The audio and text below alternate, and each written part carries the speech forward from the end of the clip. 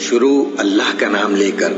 جو بڑا مہربان نہایت رحم والا ہے۔ مومن مردوں سے کہہ دو کہ اپنی نظریں نیچی رکھا کریں اور اپنی شرمگاہوں کی حفاظت کیا کریں، یہ ان کے لیے بڑی پاکیزگی کی بات ہے، اور جو کام یہ کرتے ہیں اللہ ان سے خبردار ہے۔ اور مومن عورتوں سے کہہ دو کہ وہ بھی اپنی نگاہیں نیچی رکھا کریں اور اپنی شرمگاہوں کی حفاظت کیا کریں،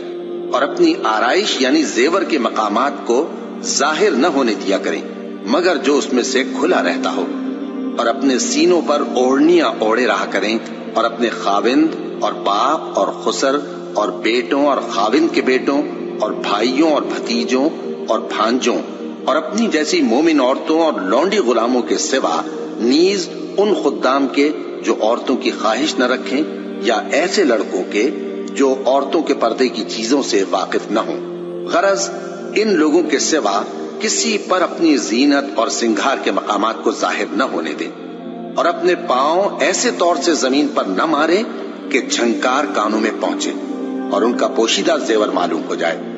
اور مومنوں سب اللہ کے آگے توبہ کرو تاکہ فلاح پاؤ۔